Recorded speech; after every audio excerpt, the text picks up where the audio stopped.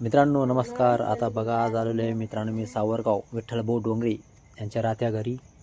तर बघा मित्रांनो एक धामण जे आहे यांच्या घराकडे जे कंपाऊंड वॉल केलेलं आहे, कंपाऊंड वॉल मध्ये ही फार मोठी धामण येऊन बसली मित्रांनो।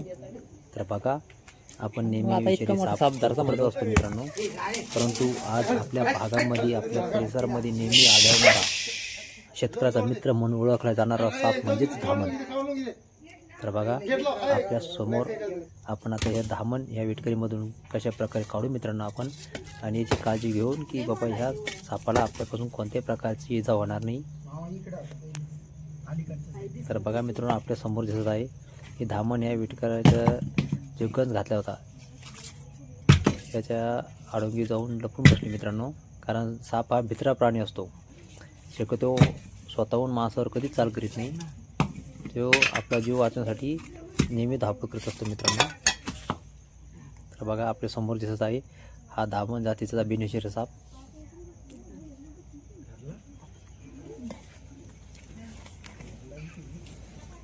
तर बघा मित्रांनो आपण आता व्यवस्थित पकडलेला आहे, जेणेकरून आपल्यापासून या सापाला देखील कोणत्या प्रकारची इजा होणार नाही याची आपण काळजी घेत आहे मित्रांनो। आपण या शेतकरी मित्र का म्हणतो त्याचं कारण माहिती आहे का आपल्याला? कारण मित्रांनो धामण हे जाती साप असा आहे की जेणेकरून शेतामधील हप्त्यातून 2 उंदरं काम सहज प्रकारे करतो मित्रांनो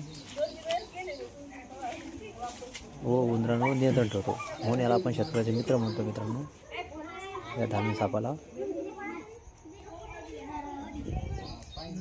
तर बघा मित्रांनो किती मोठी धामीण आहे ही जवळपास 8 ते 9 फुटाची धामीण आहे।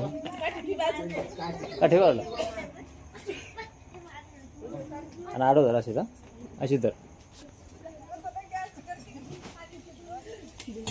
आणि या धामीपासून मित्रांनो लहान लेकरापासून तर म्हातारा माणसापर्यंत कोणालाही या धामी कोणत्याच प्रकारची भीती नाही आहे। कारण हा जो साप आहे मित्रांनो हा पूर्णपणे बिनविषारी आहे व उंदरं खाण्याचं काम या मोठ्या प्रमाणात करतो मित्रांनो, म्हणून याला आपण शेतकऱ्याचा मित्र म्हणतो। तर बघा आपल्या समोर दिसत आहे, आता आपण याला व्यवस्थित पकडू मित्रांनो, या बॅगमध्ये टाकून आपण याला जंगली आधी व्यवस्था सोडून देऊ। तर बघा मित्रांनो माझा व्हिडिओ आपला आवडला लाईक करा, शेअर करा, धन्यवाद मित्रांनो। मात्र सबस्क्राईब करायला विसरू नका, जेणेकरून आपल्यापर्यंत नवीन नवीन व्हिडिओ आनंद होईल मित्रांनो। तर बघा विसरू नका।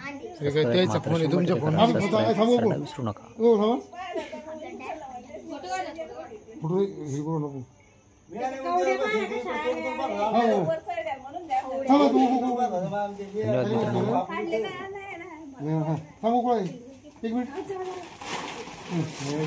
मित्रांनो।